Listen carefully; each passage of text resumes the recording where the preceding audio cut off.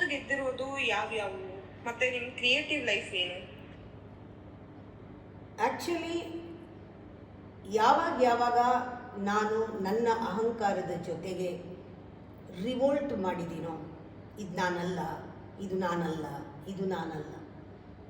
Meditation ಮುಗಿಸ್ಕೊಂಡು ಬಂದ ತಕ್ಷಣ ನನಗೆ ಗೊತ್ತಾಗತ್ತೆ ಇದು ಬರೀ ಪಾತ್ರ, ಇದು ಪಾತ್ರ, ಇದು ಪಾತ್ರ, ಇದಕ್ಕೆ ಇಷ್ಟೇ ಲಿಮಿಟು, ಇಷ್ಟೇ ಲಿಮಿಟು.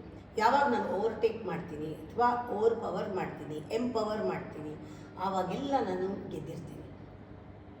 ಸೋಲಿಸೋದು ಅಹಂಕಾರ ಸೋತಿದ್ದಾಗೆಲ್ಲ ನಾನು ಗೆದ್ದಿದ್ದೀನಿ. ಎಷ್ಟೋ ಸತಿ ದೊಡ್ಡ ನಿಸ್ವಾರ್ಥವಾಗಿ ತೆಗೆದುಕೊಂಡ ಸಂಕಲ್ಪಗಳಿದೆ. ಗುಡ್ ಇಂಟೆನ್ಷನ್ನಲ್ಲಿ ನಾನು ಇದಾಗತ್ತೆ ಅಂತ ಮಾಡ್ತಾ ಇರೋ ಕೆಲಸಗಳಿರುತ್ತೆ. ಎಲ್ಲರಿಗೂ ಒಳ್ಳೆಯದಾಗಲಿ ಅಂತ ನನಗೆ ಮನಸ್ಸಿಗೆ ಬಂದಾಗ ಮಾಡ್ತಿರೋ ಸೇವೆಗಳಿರುತ್ತೆ.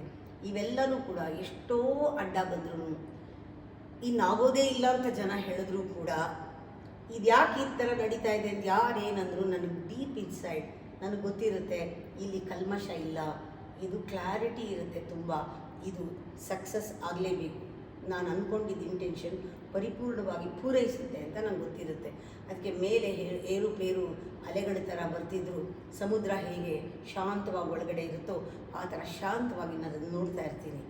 ಆ ದಾರಿನಲ್ಲಿ ಪ್ರಾಸೆಸ್ನಲ್ಲಿ ಅನ್ಕಂಫರ್ಟಬಲ್ ಅನ್ನಿಸ್ಬಹುದು, ಆದರೆ ನನಗೆ ಗೊತ್ತು ಕೊನೆಯಲ್ಲಿ ಇದು ಸಕ್ಸಸ್ ಅಂತ.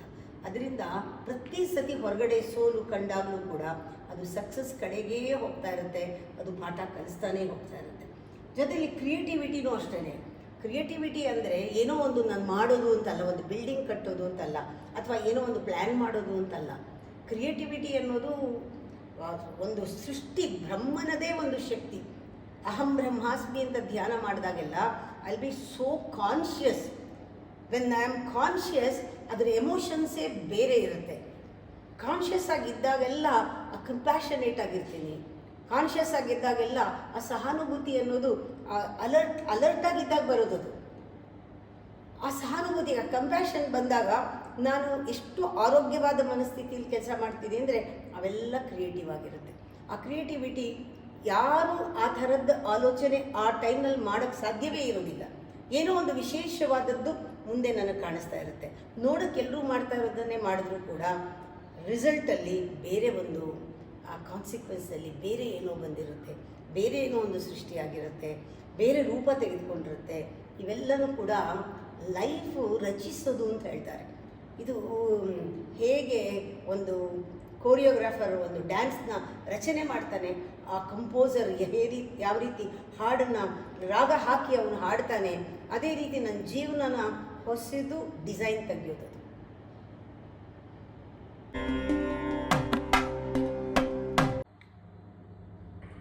ಅಮ್ಮ, ಸ್ವಾಭಿಮಾನಕ್ಕೂ ದುರಭಿಮಾನಕ್ಕೂ ಆತ್ಮಾಭಿಮಾನಕ್ಕೂ ವ್ಯತ್ಯಾಸಗಳಿವೆ. ಇದು 3 ಅವಸ್ಥೆಗಳು ನಮ್ಮಲ್ಲೇ. ಇಲ್ಲದೆ ಇರೋದು ತೋರಿಸ್ಕೊಡೋದು ಇದೆಯಲ್ಲ, ಅದು ದುರಭಿಮಾನ. ಅಲ್ಲಿ ಇಲ್ಲ, ಟೊಳ್ಳು ಇದ್ದಂಗೆ ಕಾಣಿಸ್ಕೊಳ್ಳೋದು. ಬಿದ್ದರೂ ಮೀಸೆ ಮಣ್ಣಾಗಲಿಲ್ಲ ಅಂತೀವಲ್ಲ, ಅದು ದುರಭಿಮಾನ. ಸ್ವಾಭಿಮಾನ ಇರೋದನ್ನು ಹೆಚ್ಚಿಗೆ ಮಾಡಿ ತೋರಿಸ್ಕೊಳ್ಳೋದು. ಇಷ್ಟಿದ್ರೆ ಇಷ್ಟು ಮಾಡೋದು, ಅಲ್ಲಿ ಏನೂ ಇಲ್ಲ, ಇಲ್ಲಿ ಇಷ್ಟಿದೆ ಅದನ್ನು ಅಷ್ಟು ಮಾಡೋದು. ಆತ್ಮಾಭಿಮಾನ ಅದು ತೋರಿಸ್ಕೊಳ್ಳೇಬೇಕಾಗಿಲ್ಲ. ಇದು ಸೌರಭದ ಹಾಗೆ. ಹೂವಿನ ಸೌರಭ, ಗಾಳಿಯ ತಂಪು, ಅದು ಕ್ವಾಲಿಟಿ. ಆತ್ಮಾಭಿಮಾನ ಈಸ್ ಯುವರ್ ಎಸೆನ್ಸ್, ಕ್ವಾಲಿಟಿ. ಸುಮ್ಮನೆ ಜಸ್ಟ್ ಬೈ ಯುವರ್ ಪ್ರೆಸೆನ್ಸ್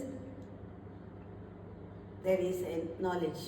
ಇಲ್ಲಿ ಏನೋ ನಮಗೆ ಖುಷಿ ಇದೆ, ಇಲ್ಲಿ ಏನೋ ನಮಗೆ ಒಂದು ರಕ್ಷಣೆ ಇದೆ, ಇಲ್ಲಿ ಏನೋ ನಮಗೆ ಶಕ್ತಿ ಇದೆ. ಅದು ಏನು ಮಾತಾಡೋದೇ ಬೇಕಾಗಿಲ್ಲ, ಅದು ತಾನೇ ಎಕ್ಸ್ಪ್ರೆಸ್ ಆಗುತ್ತೆ. ಯಾಕೆಂದರೆ ಅಲ್ಲಿ ಇದೆ. ಇರೋದು ಮುಚ್ಚಿಟ್ಕೊಳ್ಳೋಕ್ಕಾಗಲ್ಲ, ಇರೋದು ತೋರಿಸ್ಕೊಳ್ಳೋದು ಬೇಕಿಲ್ಲ, ಇರೋದು ತನ್ನಷ್ಟಕ್ಕೆ ತಾನೇ ಪ್ರಕಟವಾಗುತ್ತಲ್ಲ, ಇದು ಆತ್ಮಾಭಿಮಾನ. ಇದು ಪರಮಾತ್ಮನ ಸ್ವರೂಪ. ಇದು ನಮ್ಮಲ್ಲಿ ಉಕ್ಕಿ ಹೊರಗೆ ಬಂದು ಓವರ್ಫ್ಲೋ ಆಗಬೇಕು. ಇದು ಜೀವನದ ಸಾರ್ಥಕತೆ.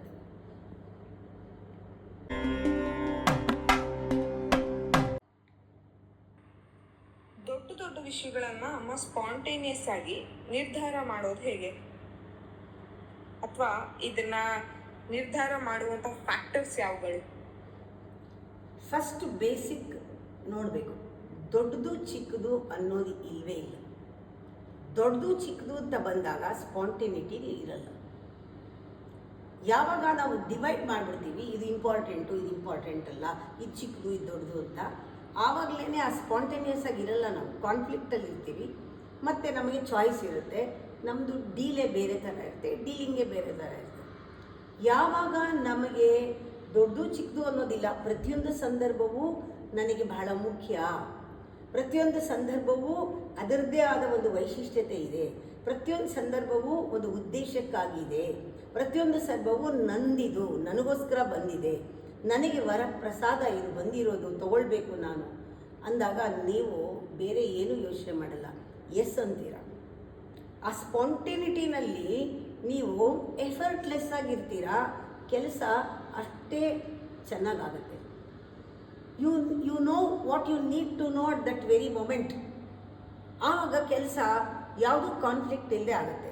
ನೋಡೋರಿಗೆ ಇಷ್ಟು ದೊಡ್ಡ ಕೆಲಸ ಇಷ್ಟು ಸುಲಭವಾಗಿ ಮಾಡಿದ್ರಲ್ಲ ಅನಿಸುತ್ತೆ, ಯಾಕೆಂದರೆ ಅವರು ನೋಡ್ತಾ ಇರೋದು, ಅವರಿಗೆ ದೊಡ್ಡದು ಚಿಕ್ಕದು ಅನ್ನೋದಿದೆ.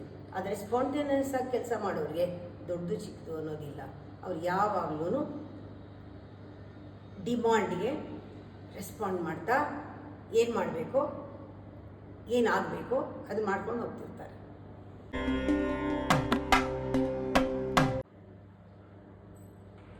ಅಮ್ಮ, ಒಬ್ಬರನ್ನ ನಾವು ಲೀಡರ್ ಅಂತ ಐಡೆಂಟಿಫೈ ಮಾಡೋದು ಹೇಗೆ?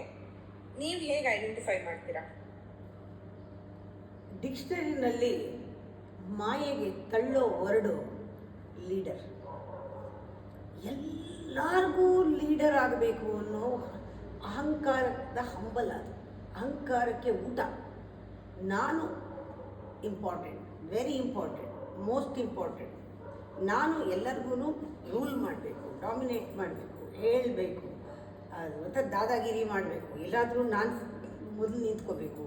ಆ ಲೀಡರ್ ಕ್ವಾಲಿಟಿ ಅಂದರೆ ಅಹಂಕಾರದ ಕ್ವಾಲಿಟಿ. ಅದು ತುಂಬ ಇತ್ತು ನನ್ನಲ್ಲದು, ಅಹಂಕಾರದ ಕ್ವಾಲಿಟಿ.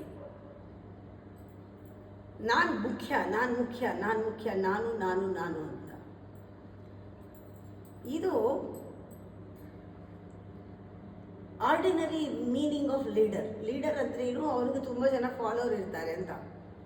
ಆದರೆ ಭಗವದ್ಗೀತೆ ಓದಿದ ಮೇಲೆ, ಸತ್ಯದ ಒಂದು ಮುಖವನ್ನು ನೋಡಿದ ಮೇಲೆ, ಯಾರು ಅನುಯಾಯಿ? ಈ ಅಹಂಕಾರವೇ ಅನುಯಾಯಿ. ಎಲ್ಲೆಲ್ಲ ಅಹಂಕಾರ ಇದೆಯೋ ಅಹಂಕಾರವೆಲ್ಲ ಅನುಯಾಯಿನೇ, ಲೀಡರ್ ಅಲ್ವೇ ಅಲ್ಲ. ಲೀಡರ್ ಆಗಕ್ಕೆ ಸಾಧ್ಯವೇ ಇಲ್ಲ ಅಹಂಕಾರ ಇರೋನು. ಆಗ ಲೀಡರ್ ಅನ್ನೋ ಪದ ಬೇರೆ ಅರ್ಥ ತಗೊಳ್ತು.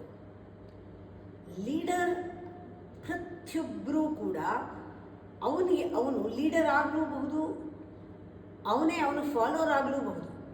ಇದೊಂದು ಆ್ಯಟಿಟ್ಯೂಡ್. ಇದು ಜ್ಞಾನದಲ್ಲಿದ್ದಾಗ ಲೀಡರು, ಅಜ್ಞಾನದಲ್ಲಿದ್ದಾಗ ಫಾಲೋವರ್. ನೀನು ಪ್ರತಿಯೊಂದಕ್ಕೂ ರೆಸ್ಪಾಂಡ್ ಮಾಡಿದ್ರೆ ಲೀಡರು, ರಿಯಾಕ್ಟ್ ಮಾಡಿದ್ರೆ ಫಾಲೋವರ್.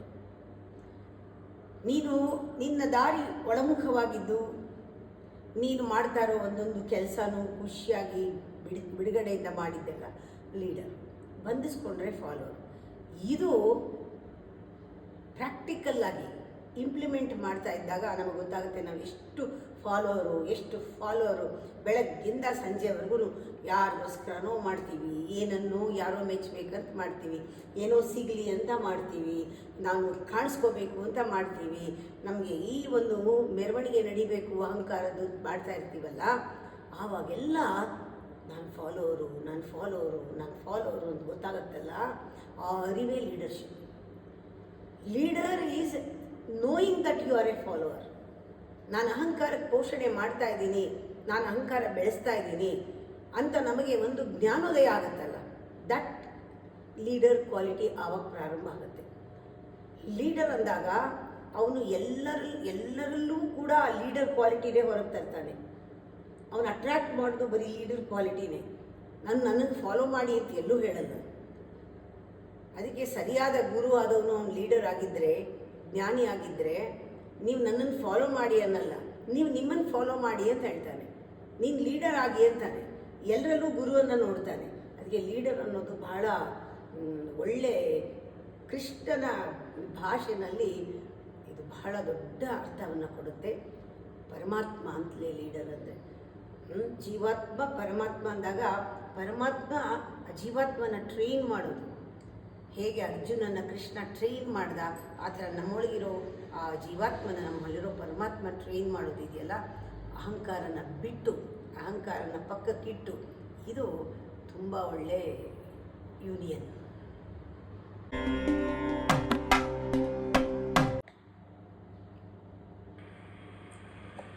ಆರೋಪ ಮಾಡ್ಕೊಂಡಿದ್ದು ಇನ್ನೋಸೆಂಟ್ ಆಗಿ ಬಂದಿದ್ದು ಯಾವ್ಯಾವು? ಇಗ್ನೊರೆನ್ಸ್, ಇನ್ನೊಸೆನ್ಸ್ ಎರಡಿದೆ. ಇಗ್ನೊರೆನ್ಸ್ ಅಂದರೆ ಗೊತ್ತಿಲ್ಲ. ಇನ್ನೊಸೆನ್ಸ್ನಲ್ಲಿ ಎಲ್ಲ ಗೊತ್ತಿದೆ. ಎಲ್ಲ ಗೊತ್ತಿದೆ ಅಂತ ಗೊತ್ತಾಗೋದು ಅಥವಾ ನನಗೇನು ಗೊತ್ತಿಲ್ಲ ಅಂತ ಗೊತ್ತಾಗೋದು ಎರಡೂ ಒಂದೇ. ಇದಕ್ಕೆ ಜ್ಞಾನ ಅಂತ ಹೇಳ್ತಾರೆ. ಇನ್ನೊಸೆನ್ಸ್ನಲ್ಲಿ ಎಲ್ಲ ಗೊತ್ತಿದೆ, ಎಲ್ಲ ಗೊತ್ತಿದೆ ಅಂತ ಗೊತ್ತಾಗೋದು ಜ್ಞಾನ. ಅದು ಪ್ಯೂರ್ ಇಂಟೆಲಿಜೆನ್ಸ್. ಯಾವಾಗ ಪ್ಯೂರ್ ಇಂಟೆಲಿಜೆನ್ಸ್ ಕೆಲಸ ಮಾಡಲ್ಲ, ಪ್ಯೂರ್ ಅಂತ ಯಾಕೆ ಹೇಳಿದೆ ಅಂದರೆ, ಇಂಪ್ಯೂರ್ ಇಂಟೆಲಿಜೆನ್ಸ್ ಅಂದರೆ ಇಂಟೆಲೆಕ್ಚುವಲ್ ಅಂತ. ಇಂಟೆಲೆಕ್ಚುವಲ್ ಅಂದರೆ ಯಾವ ಬುದ್ಧಿ ಕಲುಷಿತವಾಗಿದೆ ಅಹಂಕಾರದಿಂದ, ಮಾಯೆಯಿಂದ, ದೋಷದಿಂದ, ಯಾವ ಬುದ್ಧಿ ಮಂಕಾಗಿದೆ, ಆ ಮಂಕ್ ಬುದ್ಧಿಗೆ ಬೇರಿಲ್ಲ, ಬೇಸಿಲ್ಲ, ಫೌಂಡೇಶನ್ ಇಲ್ಲ. ಗಾಳಿನಲ್ಲಿ ಅದು ನಿಂತ್ಕೋಬೇಕಲ್ಲ, ಅದಕ್ಕೆ ಒಂದು ಟೆಂಪ್ರರಿಯಾಗಿ ಒಂದು ಸಬ್ಸ್ಟಿಟ್ಯೂಟ್ ಬೇಕಲ್ಲ, ಅದು ಆರೋಪ. ಆರೋಪ ಮಾಡ್ಕೊಳ್ಳೋದು ಯಾಕೆ ಅಂದರೆ ನಿಲ್ಲಬೇಕಲ್ಲ, ಒಂದು ಪಾತ್ರ ನಿಲ್ಲಬೇಕಲ್ಲ. ಅದರಲ್ಲೇನೂ ಇಲ್ಲ, ಟೊಳ್ಳು ಸುಳ್ಳು, ಅದು ನೆರಳು, ಅದು ನಿಲ್ಲಕ್ಕೆ ಒಂದು ಬೇಕಲ್ಲ. ಅದಕ್ಕೆ ನಾವು ಆರೋಪ ಮಾಡ್ಕೋತೀವಿ, ಏನೆಲ್ಲ ಆರೋಪ ಮಾಡ್ಕೋತೀವಿ. ನಂಗೆ ಇದು ಗೊತ್ತಿದೆ, ಅದು ಗೊತ್ತಿದೆ. ಆಲ್ ಕಾನ್ಸೆಪ್ಟ್ಸ್ ಆರ್ ಆರೋಪ, ಆಲ್ ಕಂಡೀಷನಿಂಗ್ಸ್ ಆರ್ ಆರೋಪ, ಆಲ್ ಐಡಿಯಾಸ್ ಆರೋಪ. ನನಗಿದು ಗೊತ್ತು, ನನಗಿದು ಗೊತ್ತು, ನಾನದು ಅಂತ ಮಾಡೋದು, ಇದು ಆರೋಪ. ಈಗ ನಮಗೆ ಕಂಪ್ಲೀಟ್ ಇನ್ನೊಸೆನ್ಸ್ ಹೊಟ್ಟೋಯ್ತು. ಇನ್ನೊಸೆನ್ಸಿಗೆ ಜಾಗನೇ ಇಲ್ಲ. ಇಗ್ನೊರೆಂಟ್ ಆಗಿದ್ರಾದರೂ ವಾಸಿ ಜ್ಞಾನಿ ಆಗ್ಬೋದು. ಇದು ಮಾಯೆ, ಇಲ್ಯೂಷನ್. ಇಲ್ಯೂಷನ್ ಈಸ್ ಆರೋಪ.